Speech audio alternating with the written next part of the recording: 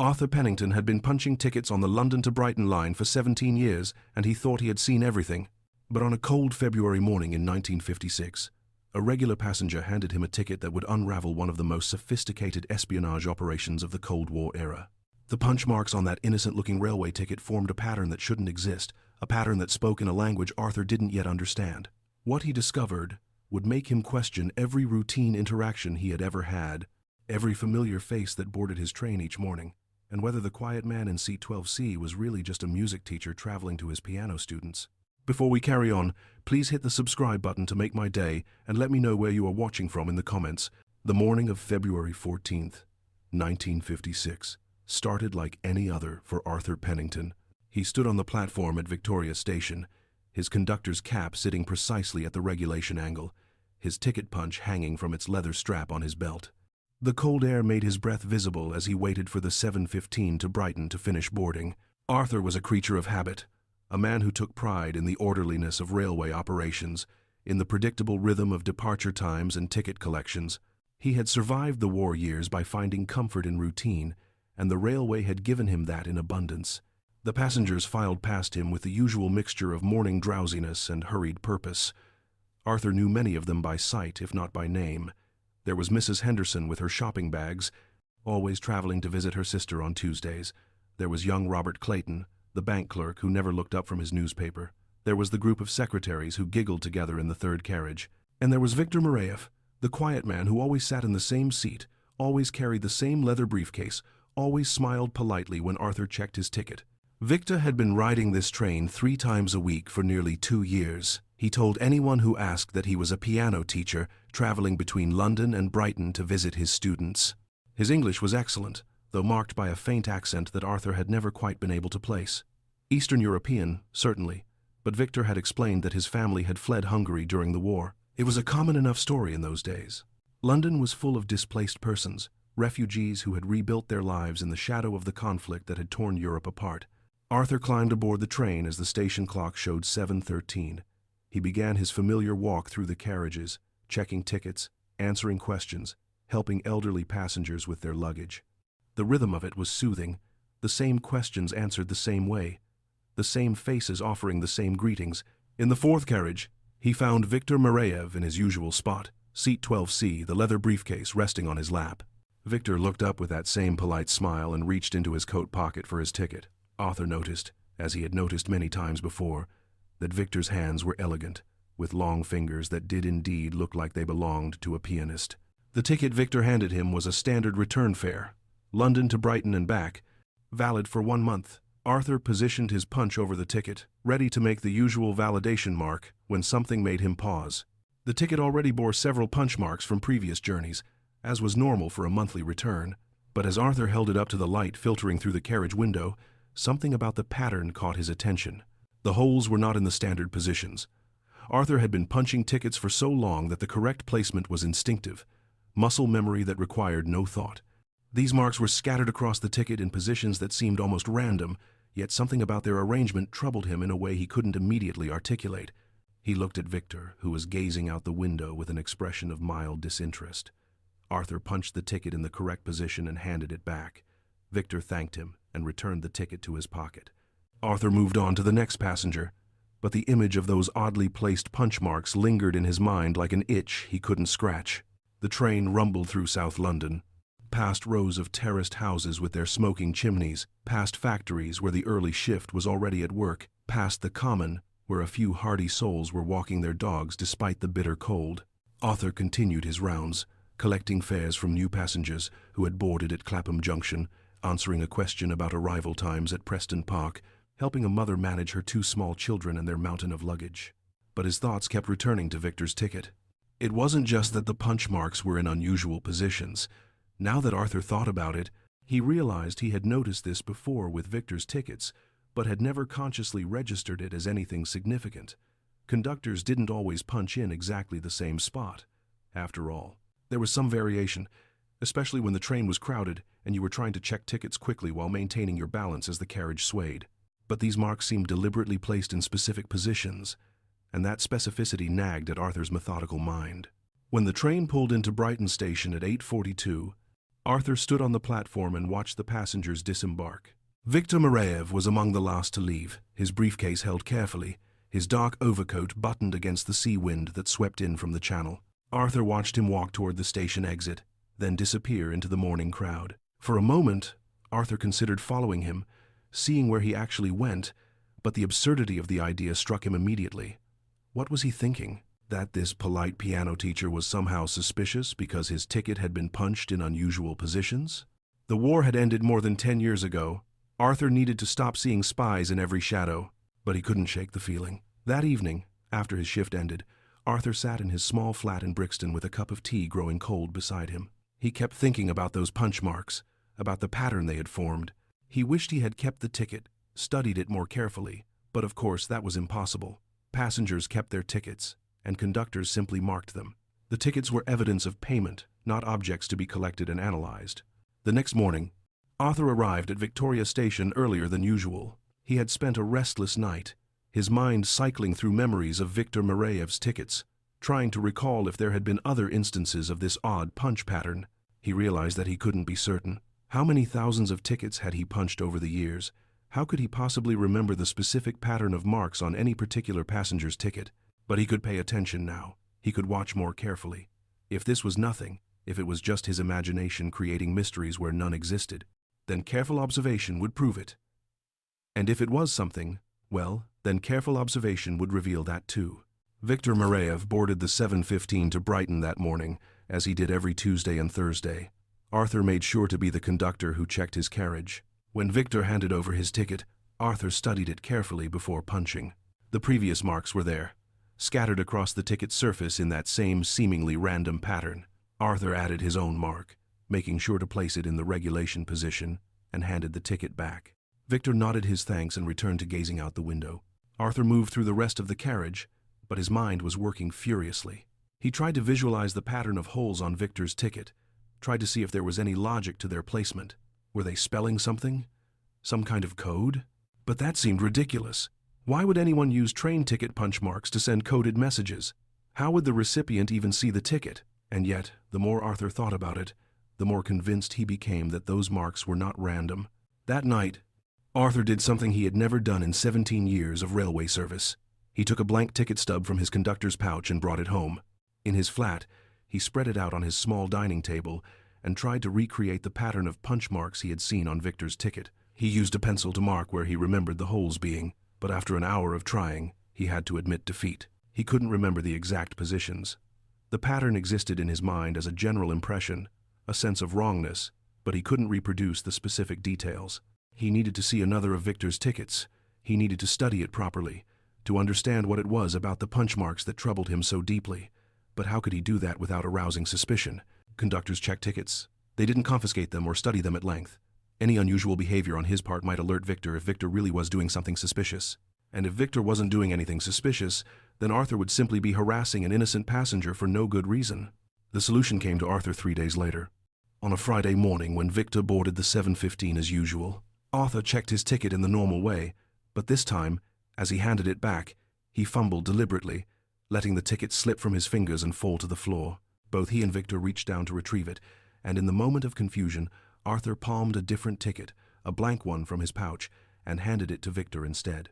Viktor pocketed the blank ticket without looking at it and returned to his seat. Arthur felt his heart hammering as he moved to the next carriage, the real ticket hidden in his palm. What he had just done was theft, technically, and a violation of railway regulations. If he was caught, he could lose his job. But he had to know, he had to understand what those punch marks meant. That evening, Arthur sat at his dining table with Viktor's ticket spread out before him under the light of his desk lamp. He had a piece of paper beside it, and he carefully drew a grid matching the ticket's dimensions. Then, with meticulous precision, he marked the position of each punch hole, creating a map of the pattern. There were 7 holes in total, scattered across the ticket in positions that bore no relationship to the standard validation marks a conductor would make. Arthur stared at the pattern for a long time, trying to see meaning in it. Were the holes meant to be read in a particular order? Did their positions correspond to letters or numbers? He tried various approaches, treating the grid as a code cipher, but nothing made sense. Then he remembered something from the war. He had been too old to fight, but he had worked in the communications office of the local Home Guard unit, and he had learned about various encoding systems. One of the simplest was binary code, a system of ones and zeros that could represent any information. Could the punch holes be binary? Holes in certain positions meaning 1, absence of holes meaning 0? Arthur felt a chill run down his spine as he began to test this theory. He divided his grid into sections, treating each section as a binary digit. Holes present equaled 1, holes absent equaled 0. When he worked through the pattern, treating the 7 holes as binary positions, he got a sequence, 10111010. He stared at the numbers. What did they mean? Were they coordinates? A date? A time? Or was he seeing patterns where none existed, his imagination running wild with spy stories and Cold War paranoia? After all, just because something could be interpreted as code didn't mean it was code. Random patterns could look meaningful if you stared at them long enough, if you wanted badly enough to see significance, but Arthur couldn't shake the conviction that this was intentional. Everything about Viktor Mareyev suddenly seemed suspicious in retrospect. The way he always sat in the same seat, always at the same times, always with that leather briefcase. The way he never seemed to do anything on the train except stare out the window, never read a newspaper or a book like other regular passengers. The way he spoke perfect English, but somehow never quite engaged in the friendly small talk that characterized British train travel. Arthur spent the weekend in a state of anxious indecision. Should he report this to someone? But who? And what exactly would he report? That a passenger's ticket had punch marks in unusual positions? That he had stolen the ticket to analyze it? That he suspected, based on nothing but intuition and a potentially meaningless number sequence, that this piano teacher was involved in espionage? He imagined the conversation with the police. They would think he was mad, a bored conductor who had read too many spy novels. And perhaps they would be right. Perhaps this was all in his head, a fantasy born of the monotony of his routine life. But on Monday morning, when he saw Viktor Mareyev board the 7:15 to Brighton, Arthur knew he had to do something. Instead of approaching Viktor directly, Arthur paid careful attention to the other regular passengers in the carriage. Was anyone else behaving oddly? Was anyone paying particular attention to Viktor? He noticed that in seat 8A, 2 rows ahead of Viktor, there was a man Arthur had seen before but never really registered. He was in his 40s, wearing a brown suit, reading a copy of the Times. Nothing remarkable about him at all, except that Arthur realized he had seen this man on the same train as Viktor many times before. The following morning, Tuesday, Arthur brought another blank ticket with him. When he reached Viktor's seat, he again went through the routine of checking the ticket, and again he fumbled it, this time letting it fall into the gap between seats. While retrieving it, he once more switched it for a blank. Viktor seemed completely unsuspecting, accepting the fake ticket with his usual polite nod. That evening, Arthur laid out both tickets side by side on his dining table. The punch marks on the second ticket were different from the first, but they followed the same general principle: 7 holes, scattered across the ticket's surface in positions that corresponded to a binary sequence. This time the sequence was 11010001. Arthur's hands were shaking as he wrote down both sequences. 2 different tickets, 2 different binary numbers. What did they represent? He wished he knew more about cryptography, more about how espionage actually worked. His knowledge of such things was limited to what he had picked up during the war and what he had read in the occasional thriller novel. He decided he needed to establish a baseline. The next day, he deliberately took tickets from other regular passengers, using the same fumbling technique. He collected tickets from Mrs. Henderson, from Robert Clayton, from 2 of the secretaries who traveled together.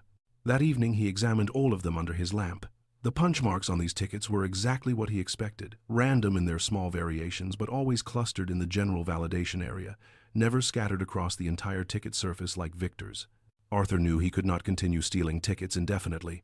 Sooner or later, someone would notice. Sooner or later, Viktor would look at his ticket and realize it was blank, or another conductor would spot the irregularity. But Arthur needed more data. He needed to see if there was a pattern to the sequences, if they changed in predictable ways, if they corresponded to anything he could identify. Over the next 2 weeks, Arthur collected 4 more of Viktor's tickets. Each bore a different binary sequence. Arthur wrote them all down, staring at the numbers until his eyes ached, trying to find the pattern. Were they dates? The first sequence, 1011010, could be interpreted as the number 84 if read as binary. The second, 11010001, would be 105. But 84 what? 105 what? Days? Coordinates? Then Arthur had another realization. What if the numbers weren't meant to be read as single values? What if each sequence was a series of individual signals, each binary digit representing a separate piece of information? He tried breaking the sequences down, looking for patterns in the individual positions, but again, nothing obvious emerged. He was beginning to doubt himself again, to wonder if this was all an elaborate delusion, when something happened that changed everything. On a Thursday morning in early March, Viktor Mareyev did not board the 7:15 to Brighton. Arthur waited, checking each carriage carefully, but Viktor was not there. This was the first time in 2 years that Viktor had missed one of his regular trips. Arthur felt both disappointed and strangely relieved. Perhaps Viktor had simply had enough of his piano students, or was ill, or had 100 other perfectly innocent reasons for not traveling that day. Perhaps Arthur could now let this whole matter drop, admit to himself that he had been chasing shadows, and return to the comfortable routine of his normal work. But then Arthur noticed something else. The man in the brown suit, the one who usually sat in seat 8A, was not on the train either. Arthur felt his pulse quicken. Was this a coincidence? Or was there a connection between Viktor's absence and this other man's absence? The next Tuesday, Viktor was back, settling into seat 12C with his leather briefcase as always, and the man in the brown suit was also back, reading his copy of the Times in seat 8A. Arthur collected Viktor's ticket with hands that trembled slightly. When he examined it that evening, it bore a new binary sequence, but this time something else was different. There was an 8th hole, positioned in a location separate from the other 7. Arthur stared at this 8th hole for a long time. It broke the pattern. Why would there suddenly be an extra mark? Unless, he thought with growing excitement, unless the number of holes itself was part of the message. 7 holes for the regular signals, 8 holes for something special, some kind of emergency or urgent communication. He knew then that he had to report this to someone, but he also knew that his evidence was circumstantial at best. Stolen tickets, binary sequences that might mean nothing, vague suspicions about a passenger's behavior. He needed something more concrete, something that would convince the authorities to take him seriously. Arthur decided to follow Viktor Mareyev. On the next Thursday, Arthur arranged for another conductor to cover his shift on the 7:15. Instead, he dressed in civilian clothes and boarded the train as a passenger. Taking a seat in the carriage behind Viktor's, he watched through the window in the connecting door as Viktor sat in his usual spot, the briefcase on his lap, staring out the window. When the train arrived in Brighton, Arthur followed Viktor from the station. Viktor walked with purpose through the streets of Brighton, his briefcase held carefully, his dark overcoat flapping in the sea breeze. Arthur stayed well back, trying to look like any other pedestrian going about his morning business. Viktor led him through the shopping district, then into a quieter residential area where tall Victorian houses looked out over the sea. Viktor stopped at a house on Royal Crescent, an elegant Georgian terrace that had been converted into flats. He climbed the steps and rang the bell. After a moment, the door opened, though Arthur could not see who had answered. Viktor went inside, and the door closed behind him. Arthur waited across the street, trying to look inconspicuous. 20 minutes later, Viktor emerged, but now he was not carrying his briefcase. He walked back toward the town center, and Arthur faced a dilemma. Should he continue following Viktor, or should he wait to see if anyone else came out of the house? He decided to wait. For 2 hours, Arthur stood across from the Royal Crescent house, pretending to study a map, to window shop, to wait for a bus that never came. He was about to give up when the door opened again and a woman emerged. She was in her 30s, well-dressed, with dark hair pinned up under a stylish hat. She carried a briefcase that looked identical to the one Viktor had been carrying. Arthur followed her. She walked to the train station and boarded the 11:30 to London. Arthur boarded the same train, sitting several carriages away. When they arrived at Victoria Station, the woman took the Underground. Arthur followed her onto the Northern Line, then watched as she got off at Goodge Street. She walked to an office building on Tottenham Court Road and went inside. Arthur stood outside the building, looking at the directory by the entrance. Most of the offices belonged to businesses, import-export companies, accountants, solicitors. But one name caught his attention: the Anglo-Soviet Friendship Society, 4th floor. Arthur felt his mouth go dry. The Anglo-Soviet Friendship Society, an organization that, on the surface, promoted cultural exchange and understanding between Britain and the Soviet Union, but which was widely suspected of being a front for espionage activities. He had found the connection. Viktor Mareyev was carrying messages from London to Brighton, where they were being passed to this woman, who then brought them to the Anglo-Soviet Friendship Society in London. But what were the messages? And how did the train tickets fit into the scheme? Arthur returned home in a state of high agitation. That evening, He sat down and wrote a detailed letter to the Metropolitan Police Special Branch, explaining everything he had observed, including the binary sequences on the tickets, Viktor's regular travel patterns, the woman in Brighton, and the connection to the Anglo-Soviet Friendship Society. He enclosed photocopies he had made of the ticket punch patterns, along with his analysis of the binary sequences. He posted the letter on Friday morning, and spent the weekend in anxious anticipation. Would anyone take him seriously? Or would his letter be filed away as the ravings of an imaginative conductor with too much time on his hands? The following Tuesday, Arthur was conducting the 7:15 to Brighton as usual when two men in dark suits boarded the train at Victoria Station. They showed him identification that marked them as officers of the security service. They asked him to accompany them to an empty first-class compartment, and there they questioned him intensely about his letter, about Viktor Mareyev, about everything he had observed. Arthur told them everything, answering their questions as precisely as he could. The two officers listened carefully, taking notes, occasionally asking him to clarify a detail. When he finished, they asked him to continue collecting Viktor's tickets when possible, and to report immediately if he noticed any changes in Viktor's behavior or routine. Over the next month, Arthur became an unofficial informant for the security service. He collected more of Viktor's tickets, each bearing a different binary sequence. The officers analyzed them, looking for patterns, trying to break the code. They also put Viktor Mareyev under constant surveillance, watching his movements in London and Brighton, photographing everyone he met, recording everyone who entered and left the Royal Crescent House. What they discovered was sophisticated and alarming. Viktor Mareyev was indeed a Soviet agent, though not in the conventional sense. He was what intelligence officers called a courier, someone who physically transported messages between different parts of an espionage network. The briefcase he carried contained what appeared to be sheet music, teaching materials for his supposed piano students, but hidden within the musical scores were messages written in invisible ink, details of British military installations, information about government officials, intelligence that had been gathered by a network of Soviet agents operating throughout southern England. But the genius of the operation was the signaling system. The punch marks on the train tickets were not the messages themselves, but signals about the messages. They told other members of the network which drop point to use, when to make the exchange, whether the situation was safe or whether surveillance had been detected. The binary sequences corresponded to a predetermined code that changed monthly. The security service cryptographers eventually broke the code, revealing that the sequences indicated dates, times, and locations for various activities within the spy network. The timing of the train journeys themselves was part of the system. If Viktor traveled on his usual days, Tuesday and Thursday, it meant all was well. If he failed to travel on a scheduled day, it was a warning signal that something was wrong. If he traveled on a Monday or Wednesday instead, it indicated an emergency situation that required immediate attention from his handlers. The security service traced the network back through Viktor Mareyev to more than 20 individuals, some British citizens who had been recruited by Soviet intelligence, others foreign nationals who had entered Britain under false pretenses. The operation they uncovered was one of the most extensive Soviet intelligence networks operating in Britain during the early years of the Cold War. In June of 1956, the security service moved to shut down the network. Viktor Mareyev was arrested as he boarded the 7:15 to Brighton, his briefcase seized and its contents examined. The woman in Brighton was arrested simultaneously. Over the next week, arrests were made across southern England as the full extent of the network was revealed.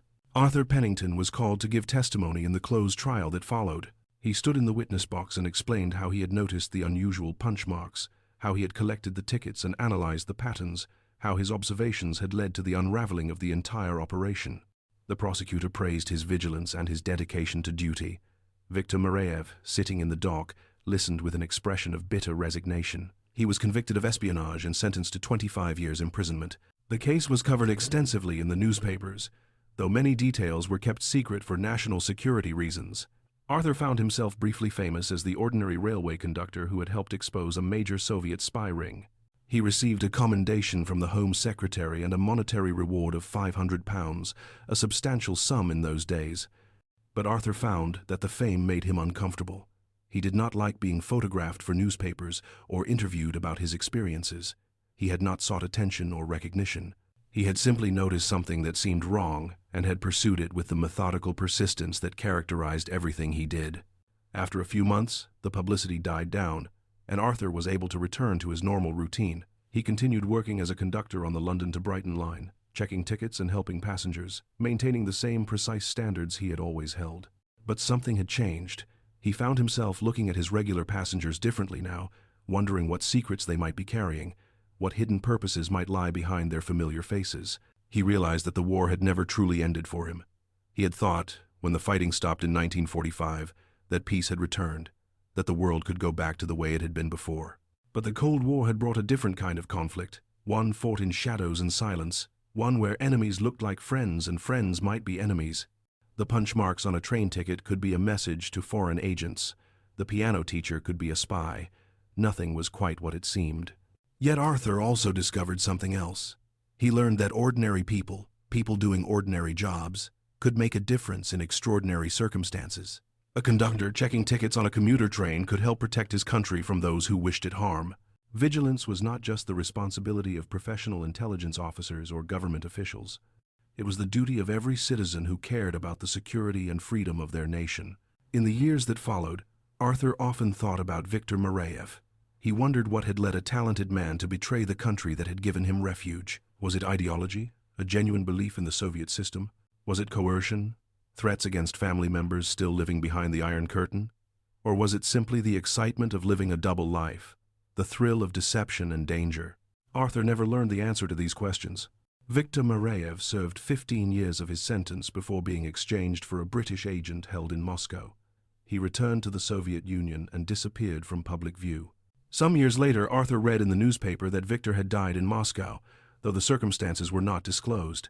The Royal Crescent House in Brighton was quietly sold, and the new owners had no idea of its role in Cold War espionage. The Anglo-Soviet Friendship Society continued to operate for several more years before finally closing its doors, its reputation permanently tarnished by the revelations of the trial. Many of the other individuals arrested as part of the network served prison terms or, in some cases, fled the country before they could be apprehended.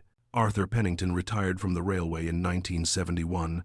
After 32 years of service, he had spent more than 3 decades checking tickets, maintaining order on the trains, ensuring that passengers reached their destinations safely and on time.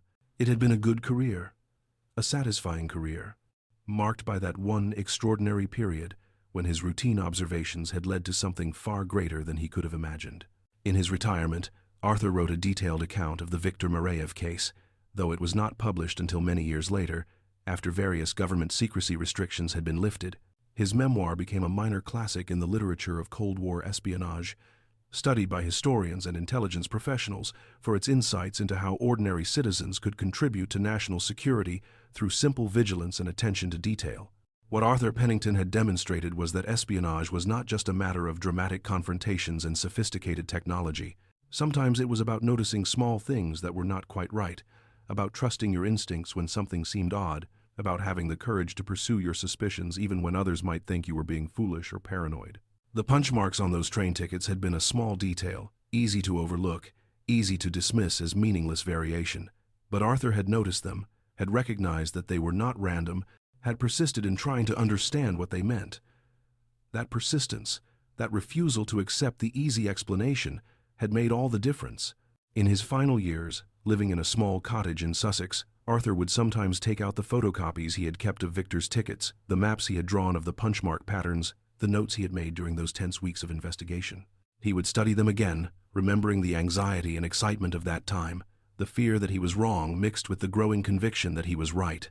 And he would think about all the other conductors, all the other ordinary workers going about their daily routines, who might notice something small and seemingly insignificant, who might choose to investigate rather than ignore, who might, through their vigilance, help protect the society they lived in from those who wished it harm. Arthur Pennington died in 1989, just a few months before the Berlin Wall fell and the Cold War began its final collapse.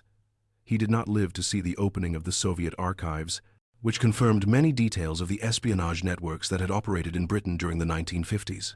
He did not learn that the network he had helped expose had been one of the most valuable Soviet intelligence assets in Western Europe, responsible for passing crucial information about British defense installations and NATO planning. But he died knowing that he had done his duty, that in his own small way, he had helped preserve the freedom and security of his country. He had been just a train conductor, a man who punched tickets and checked fares, but when circumstances called for it, he had risen to the challenge. He had noticed what others missed, pursued what others ignored, and in doing so, had made a real difference. The story of Arthur Pennington and the punchmark code became something of a legend within British intelligence services. New recruits were told about the railway conductor who had broken open a major spy ring simply by paying attention to details that seemed trivial. The case was used as a teaching example of the importance of human intelligence, of the value of observant citizens, of the need to investigate even seemingly minor anomalies. The Viktor Mareyev case also led to changes in railway procedures. Conductors were given training in recognizing potential security threats, in knowing what to look for and whom to report suspicious behavior to. Ticket systems were redesigned to make it more difficult to use them for covert signaling. The railways, like so many other aspects of British society, became part of the infrastructure of national security during the Cold War era.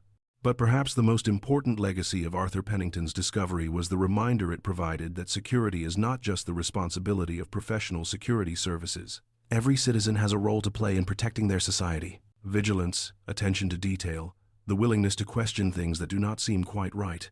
These are not just the tools of intelligence officers, but the duties of every responsible citizen. Arthur had not been looking for spies when he noticed those unusual punch marks. He had simply been doing his job, checking tickets on a routine commuter train. But he had been alert enough to notice when something was out of place, curious enough to investigate further, and brave enough to pursue his suspicions despite the risk of being wrong or being ridiculed. In the end, that combination of attentiveness, curiosity, and courage had been enough to unravel one of the most sophisticated espionage operations of the Cold War. It had been enough to protect countless secrets, to prevent valuable intelligence from reaching Soviet handlers, to disrupt a network that had been operating successfully for years. The punch marks on a train ticket had been a small thing, a tiny detail in the vast complexity of Cold War intelligence operations. But Arthur Pennington had understood something fundamental. In the world of espionage, there are no small details. Everything matters. Everything could be significant.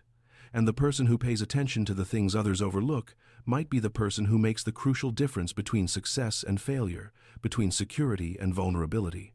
As the train continued to run between London and Brighton, carrying new generations of passengers on their daily journeys, few of them knew the story of what had happened on that route in 1956. They did not know about Viktor Mareyev and his coded tickets, about Arthur Pennington and his careful observations, about the spy ring that had been exposed through the vigilance of an ordinary railway conductor. But the story remained, preserved in classified files, and eventually, in Arthur's published memoir, a testament to the importance of paying attention, of trusting your instincts, of having the courage to investigate when something seems wrong. It was a story about how ordinary people, in the course of doing ordinary jobs, could accomplish extraordinary things when circumstances demanded it. And somewhere in the archives of British intelligence, carefully preserved in a sealed file, were the original tickets that Arthur Pennington had collected, the punch marks still visible after all these years, silent witnesses to a time when the Cold War was fought not just in the corridors of power but on the morning commuter train, not just by professional spies but by a vigilant conductor who noticed that something was not quite right and refused to look the away. The immediate aftermath of Viktor Mareyev's arrest brought complications that Arthur had not anticipated. Within days of the story breaking in the newspapers, albeit in carefully censored form, Arthur found his life transformed in ways both gratifying and deeply uncomfortable. Reporters waited for him outside his flat in Brixton, calling out questions as he left for work each morning. His neighbors, who had barely acknowledged him for years, suddenly wanted to chat about his exploits over the garden fence. The railway company held a ceremony at Victoria Station where the regional director presented Arthur with a commemorative plaque and made a speech about the vigilance and dedication of their employees. But there were darker consequences as well. Arthur received several anonymous letters, some praising his actions, others condemning him as a warmonger and a tool of capitalist oppression. One letter, written in awkward English, suggested that he should watch his back, that friends of Viktor Mareyev might seek revenge. The police took this threat seriously enough to assign a constable to watch Arthur's flat for several weeks, though nothing ever came of it. More troubling for Arthur was the realization that his actions had fundamentally changed his relationship with the railway and with his work. The management now saw him not just as a reliable conductor, but as someone with special skills, someone who could be called upon for tasks beyond the ordinary scope of his duties. The security service approached the railway with a request that Arthur be given additional training in recognizing suspicious behavior, and that he be asked to report any unusual patterns or activities he observed on his routes. Arthur found himself attending training sessions at a nondescript government building in Whitehall, where serious men in suits taught him about surveillance techniques, about how to recognize when he was being followed, about the various methods intelligence services use to communicate and transfer information. He learned about dead drops and brush passes, about one-time pads and cipher systems, about the entire shadowy world of espionage that existed just beneath the surface of ordinary life. The training was fascinating but also unsettling. Arthur had always thought of himself as a simple man with simple duties. He punched tickets, he helped passengers, he ensured the smooth operation of the railway service. Now he was being asked to be more than that, to be the eyes and ears of the security service, to view every passenger as a potential threat, every interaction as potentially significant. He struggled with this new role.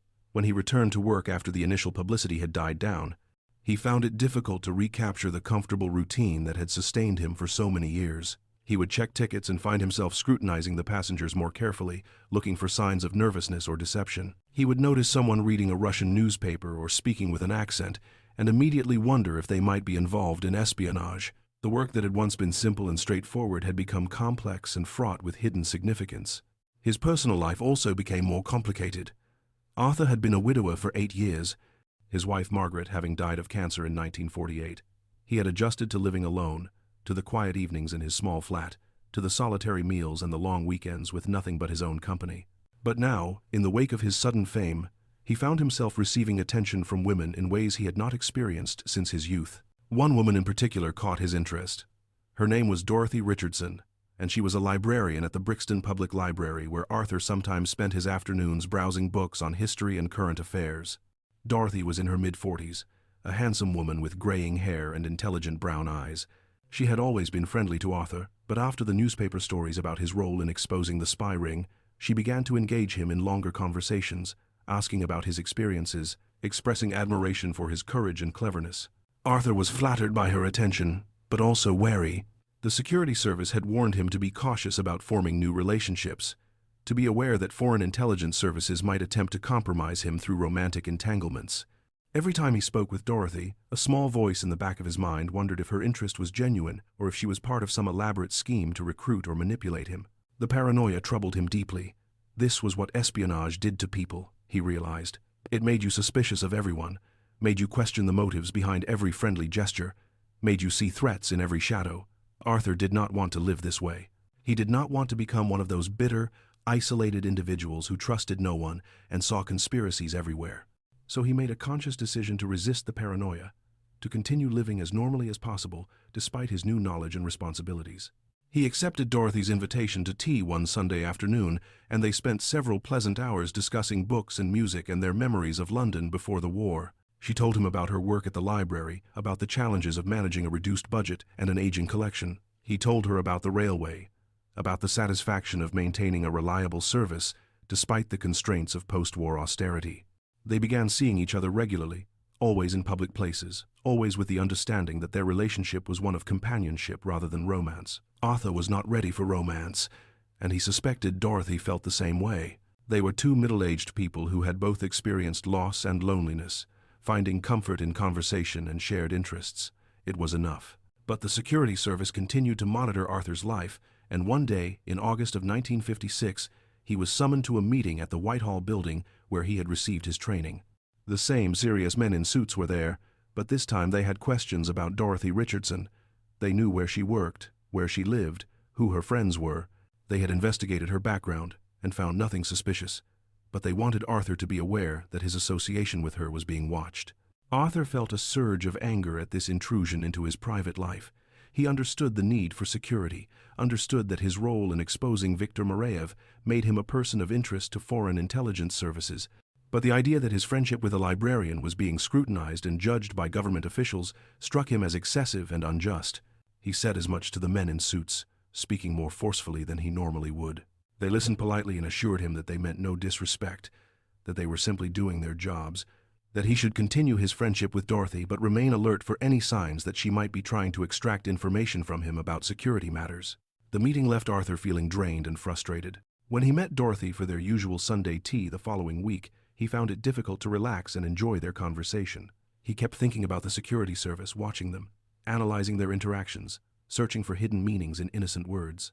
Finally, he decided to tell Dorothy the truth about what was happening. He explained about the meeting at Whitehall, about the surveillance and the questions. He expected her to be angry or frightened, but instead she laughed, a genuine laugh of amusement tinged with exasperation.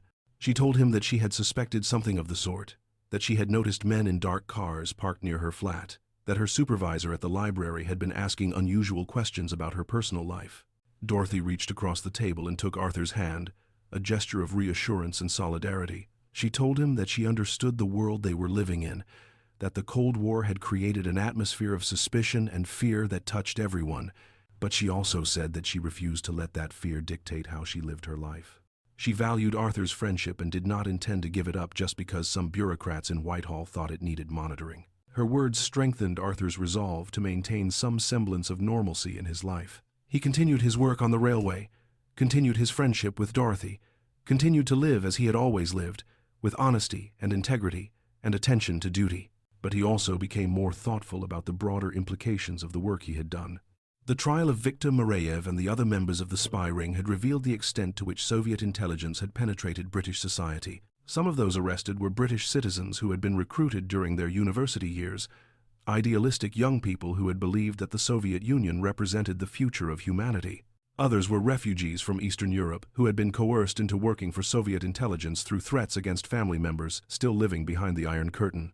Arthur read the newspaper accounts of the trial with a mixture of satisfaction and sadness. He was glad that the spy ring had been broken up, glad that sensitive information would no longer be flowing to Moscow. But he also felt sympathy for some of those who had been caught up in the network, particularly the refugees who had been forced into espionage against their will.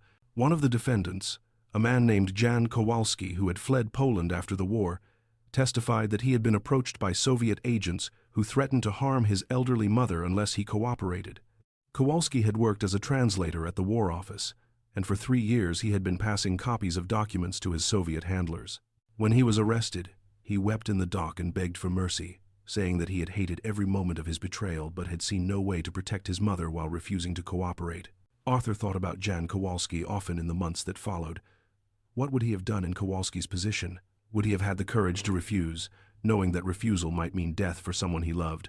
Or would he too have chosen the path of betrayal, hoping somehow to minimize the damage while protecting those he cared about? These were questions without easy answers, and they troubled Arthur's sense of moral certainty. He had always believed in clear distinctions between right and wrong, between loyalty and betrayal. But the Cold War seemed to exist in a world of gray areas, where good people were forced to make impossible choices, where the line between hero and traitor could be very thin indeed. In September of 1956, Arthur received a letter from the Home Office, informing him that he was to receive the George Medal for his services to national security. The award would be presented at a ceremony at Buckingham Palace, where he would meet the Queen. Arthur read the letter several times, feeling overwhelmed by the honor, but also acutely aware of his own ordinariness. He was not a hero, not in any traditional sense. He had simply noticed something unusual and had pursued it with the same methodical persistence he brought to all aspects of his work. Dorothy helped him prepare for the palace ceremony, taking him shopping for a new suit and making sure his shoes were properly polished. On the day of the ceremony, she accompanied him to Buckingham Palace, waiting in the gallery with the other family members and friends, while Arthur joined the line of recipients. Meeting the Queen was both more and less impressive than Arthur had anticipated. She was smaller in person than she appeared in photographs, and very young, only 30 years old, but she carried herself with a natural dignity that commanded respect. When Arthur stepped forward to receive his medal, she spoke to him briefly about his service, thanking him for his vigilance and dedication. Her words were formal but seemed genuine, and Arthur felt a surge of pride that he had been able to serve his country in this way. The medal itself was a beautiful object, a silver cross with a crimson ribbon. Arthur kept it in its presentation case on the mantelpiece in his flat, taking it out occasionally to look at but rarely showing it to others. The recognition was meaningful to him, but he remained uncomfortable with public attention and preferred to let his moment of fame fade into the past. The railway company, however, had other ideas. They saw Arthur's story as valuable publicity for the service, a way to demonstrate that railway employees were not just workers, but guardians of public safety. They featured him in internal newsletters and training materials, holding him up as an example of the kind of vigilance all employees should demonstrate. Arthur went along with this reluctantly, understanding that it was part of his duty but finding the whole process exhausting and somewhat embarrassing. He gave talks to groups of railway employees about what to look for, how to report suspicious behavior, how to balance security concerns with customer service. He was not a natural public speaker and found these presentations nerve-wracking, but he forced himself to do them because he believed the message was important. As the months passed and 1956 gave way to 1957, Arthur began to notice changes in the atmosphere of Britain. The Suez Crisis had shaken the country's confidence, revealing the limits of British power in the post-war world. The Hungarian Revolution had been brutally suppressed by Soviet tanks, a stark reminder of the nature of the regime that British intelligence was working to counter. The Cold War was intensifying, and with it came an increased emphasis on security and surveillance. Arthur saw evidence of this on his daily routes. There were more security checks at stations, more police presence, more emphasis on examining luggage and questioning passengers who seemed out of place. The railway, like every other institution in British society, was being mobilized as part of the infrastructure of the Cold War. But Arthur also noticed something else. The heightened security measures were creating a climate of suspicion that affected everyone. Passengers who spoke with foreign accents were subjected to extra scrutiny. People who carried unusual luggage or who traveled at odd hours were questioned by railway police. The presumption of innocence that had characterized British society seemed to be eroding under the pressure of Cold War anxieties. This troubled Arthur deeply. He had exposed a genuine spy ring, had helped protect his country from a real threat. But he worried that the response to that threat was creating a different kind of danger, a danger to the openness and tolerance that he believed were essential characteristics of a free society. He discussed these concerns with Dorothy during their Sunday teas. She shared his worries, telling him about instances at the library where patrons had been questioned about the books they were borrowing, where certain titles had been removed from the shelves because they were deemed potentially subversive. The climate of fear was affecting every aspect of public life, turning citizens into informants and making everyone suspicious of their neighbors. Arthur wondered if his actions had contributed to this climate. By exposing Viktor Mareyev, had he helped create an atmosphere where every railway passenger might be viewed as a potential spy? Had he unwittingly become part of a system that valued security over freedom, control over trust? These were heavy thoughts for a railway conductor, and there were times when Arthur wished he could return to the simpler days before he had noticed those unusual punch marks, before he had become entangled in the shadowy world of espionage and counterintelligence. But he also knew that ignorance was not a solution, that the threats were real, even if the response to them was sometimes excessive. In the spring of 1957, Arthur was approached by a publisher who wanted him to write a book about his experiences. The publisher offered him an advance of £300 and promised that the book would be a bestseller, that Arthur's story would inspire a new generation of vigilant citizens. Arthur was tempted by the offer, both for the money and for the opportunity to tell his story in his own words rather than having it filtered through newspaper accounts and official reports. But when he discussed the idea with the security service, they strongly discouraged him from proceeding. They explained that many details of the case were still classified, that publication of a book might compromise ongoing operations or reveal sensitive information about intelligence methods. They asked him to wait, to give it at least 10 years before writing anything for public consumption. Arthur agreed, though with some reluctance. He understood the need for secrecy, but he also felt that his story was important, that it contained lessons that should be shared more widely. He compromised by beginning to write a private account, a detailed memoir that he could keep for his own records and perhaps publish at some future date when the security concerns had diminished. Writing the memoir became a form of therapy for Arthur. It gave him a way to process the events of the past year, to make sense of everything that had happened and how it had changed him. He wrote in the evenings after work, filling page after page with his careful handwriting, reconstructing conversations and describing observations, analyzing his own motivations and decisions. As he wrote, Arthur realized that the story was not really about espionage at all, or at least not primarily. It was about attention, about noticing the details that others overlooked, about trusting your instincts even when you couldn't fully explain them. It was about the importance of doing your job well, whatever that job might be, and about the unexpected ways in which ordinary work could have extraordinary consequences. He also realized that the story was about moral courage, about the willingness to speak up when something seemed wrong, even if you might be mistaken, even if others might think you were foolish. So many people went through life ignoring things that troubled them, dismissing their concerns as paranoia or overreaction. Arthur had been willing to trust his concerns, to investigate them seriously, and that willingness had made all the difference. The memoir grew to more than 200 pages, a detailed account that would eventually form the basis for the book he published many years later. But for now, he kept it in a locked drawer in his desk, a private record of an extraordinary period in an otherwise ordinary life. Meanwhile, life on the railway continued. Arthur checked tickets and helped passengers and maintained the same high standards he had always upheld. But he found that his experience with Viktor Mareyev had changed how he approached his work. He was more observant now, more attentive to patterns and anomalies. He noticed things he might have missed before, small details that might or might not be significant. On several occasions, he reported suspicious behavior to the railway police, who investigated and found nothing unusual. Arthur worried that he was becoming one of those people who saw threats everywhere, who had lost the ability to distinguish between genuine concerns and paranoid fantasies. But the security service encouraged him to continue reporting anything that seemed out of place, assuring him that even false alarms were valuable because they kept the system alert and responsive. In the autumn of 1957, more than a year after Viktor Mareyev's arrest, Arthur noticed something that reminded him powerfully of that original case. A new passenger had started riding the 7:15 to Brighton, a woman in her 30s who always sat in the same seat and always carried a large handbag.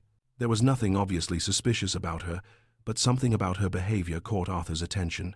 She never read or knitted or did any of the things that regular passengers normally did to pass the time. Instead, she sat very still, her hands folded in her lap, her eyes fixed on the window. And when Arthur checked her ticket, he noticed that she always purchased a new ticket rather than buying a weekly or monthly pass, even though she traveled the same route 3 times a week. Arthur observed her for several weeks, noting the pattern of her journeys, the consistency of her behavior. He checked with other conductors and learned that she had been traveling this route for about 2 months. No one knew anything about her, and she never engaged in conversation with other passengers or with railway staff. Finally, Arthur reported his observations to the security service contact he had been given. They thanked him and said they would look into it. 3 weeks later, they informed him that the woman was under surveillance for completely unrelated reasons, that she was suspected of being involved in a smuggling operation but had no connection to espionage. They appreciated Arthur's vigilance but assured him that this was not another Viktor Mareyev case. The incident reminded Arthur of the fine line between useful vigilance and destructive paranoia. Not every unusual pattern was evidence of espionage. Not every quiet passenger was a spy. He needed to remain alert but also to maintain perspective, to remember that most people were exactly what they seemed to be, ordinary citizens going about their ordinary lives. As 1957 turned to 1958, Arthur settled into a new equilibrium. He had learned to live with his dual role as railway conductor and informal security asset. He had learned to balance vigilance with trust, attention to detail with respect for privacy. He had learned that the world was more complex and more dangerous than he had once believed, but also that ordinary people had the capacity to respond to that danger with courage and integrity. His friendship with Dorothy deepened into something more than companionship. They began to discuss the possibility of marriage, though both were cautious about taking such a step. They had each been married before, had each experienced the pain of loss, and were wary of opening themselves to that kind of vulnerability again. But they also recognized the value of having someone to share life with, someone who understood and accepted them as they were. In the end, they decided to marry quietly in the spring of 1958, with just a few friends as witnesses. It was a modest ceremony at the Brixton Registry Office, followed by tea at a local restaurant. Arthur wore his new suit from the Buckingham Palace ceremony, and Dorothy wore a simple blue dress and a hat with a small veil. They moved into a larger flat together, combining their books and furniture and creating a comfortable home that felt like a refuge from the tensions and uncertainties of the outside world. The marriage gave Arthur a sense of stability and contentment that he had not felt since Margaret's death 10 years earlier. Dorothy understood his work, both the ordinary routine of checking tickets and the extraordinary responsibility of watching for threats to national security. She did not ask intrusive questions about the classified aspects of his activities, but she provided a sympathetic ear when he needed to talk about the pressures and moral ambiguities of his position. Together, they navigated the challenges of the late 1950s, a period of rapid social change and continuing international tension. The launch of Sputnik shocked the Western world and intensified fears about Soviet technological superiority. The testing of hydrogen bombs by both superpowers raised the specter of nuclear annihilation. The Berlin crisis threatened to escalate into armed conflict between East and West. Through it all, Arthur continued his work on the railway, maintaining his vigilance, reporting his observations, doing his small part to contribute to the security of his country. He never encountered another case as dramatic as Viktor Mareyev's spy ring, but he took satisfaction in knowing that his presence on the trains, his careful attention to detail, was part of a larger network of security that helped protect Britain from those who wished it harm. And every evening, when he returned home to Dorothy and their comfortable flat, when he hung up his conductor's cap and sat down to the dinner she had prepared, Arthur felt grateful for the life he had built, for the work that gave him purpose, for the love that gave him joy. He had started as a simple railway conductor and had become something more, not through any ambition or desire for recognition, but simply through doing his job well and trusting his instincts when something seemed wrong. It was a modest legacy, perhaps, but one that Arthur believed was worth leaving to the world.